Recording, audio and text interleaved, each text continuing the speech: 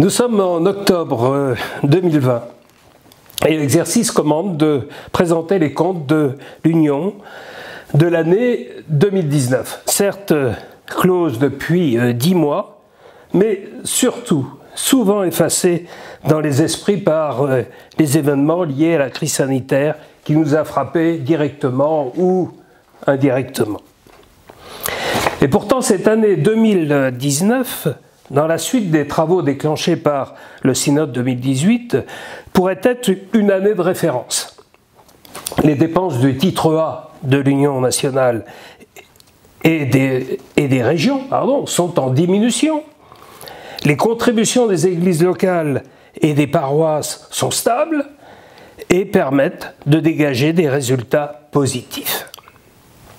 Toute notre gratitude pour les efforts des uns et des autres, quelle que soit la fonction exercée pour arriver à ce résultat. La référence aura été de courte durée.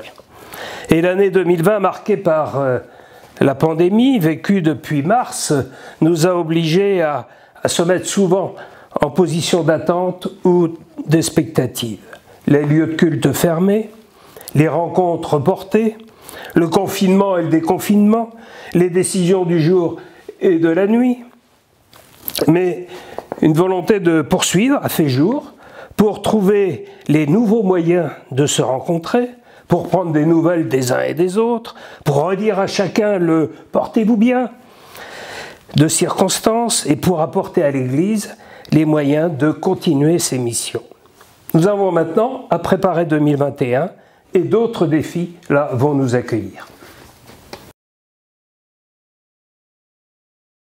Alors je vous propose de reprendre la trilogie, les comptes de l'exercice 2019, les perspectives, le budget plutôt 2020 et les perspectives 2021.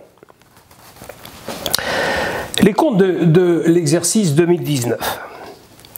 Certes, la fin de l'exercice 2019 a sonné depuis 10 mois, mais le synode devra néanmoins approuver les comptes et affecter le résultat financier.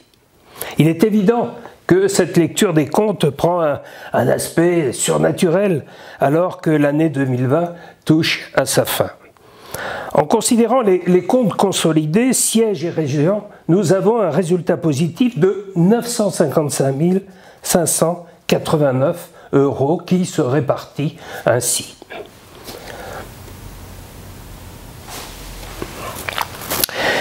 Si je prends sur le tableau que vous apercevez, vous verrez le titre A en 2019 dégage un excédent de 55 201, les fonds dédiés du siège de 429 616 et les régions de 470 772. Et pour arriver à un total de 955 589, alors qu'en 2018, nous étions à un déficit de moins 353 027. On retiendra donc d'abord le résultat excédentaire du titre A de 0,9%, reflet d'un suivi exigeant des dépenses.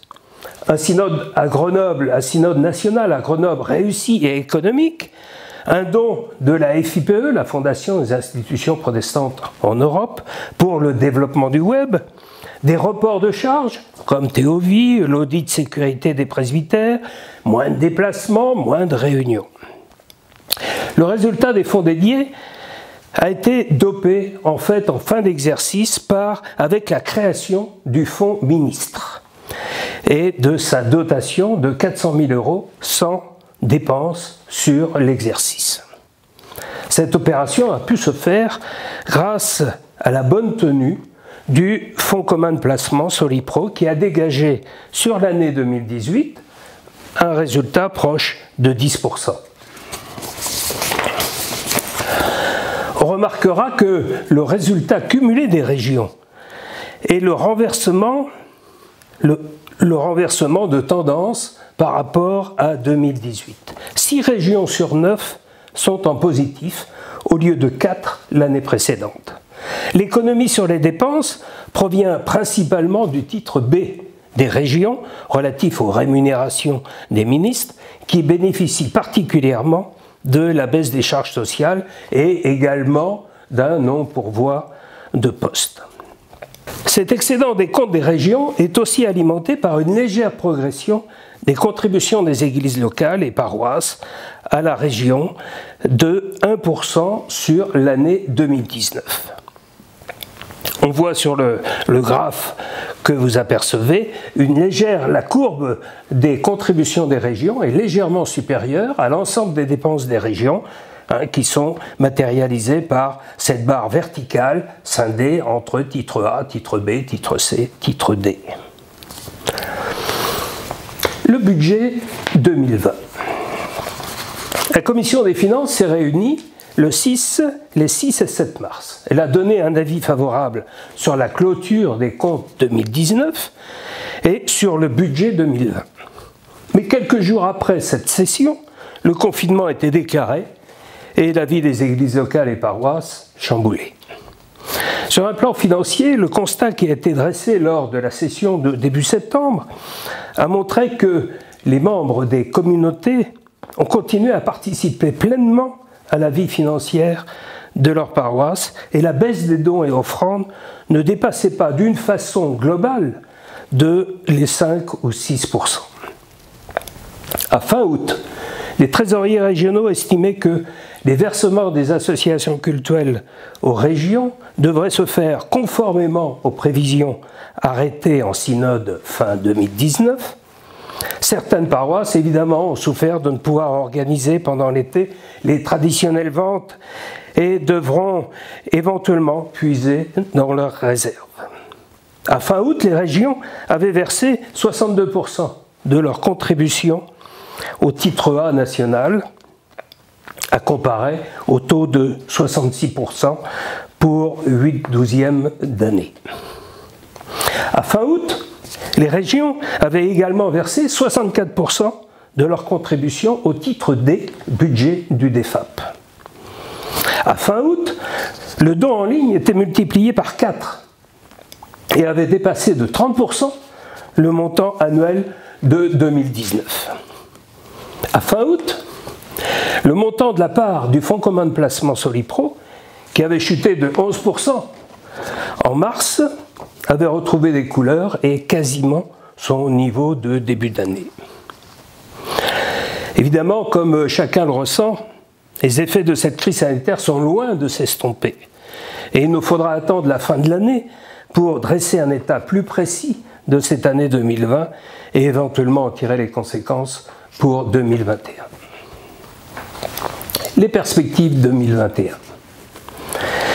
La Commission des finances de mars 2020 a reçu une esquisse du budget 2021 et a retenu la proposition du montant des contributions régionales pour 2021, telle qu'elle figure dans le projet de décision pour 2021, projet soumis à ce synode.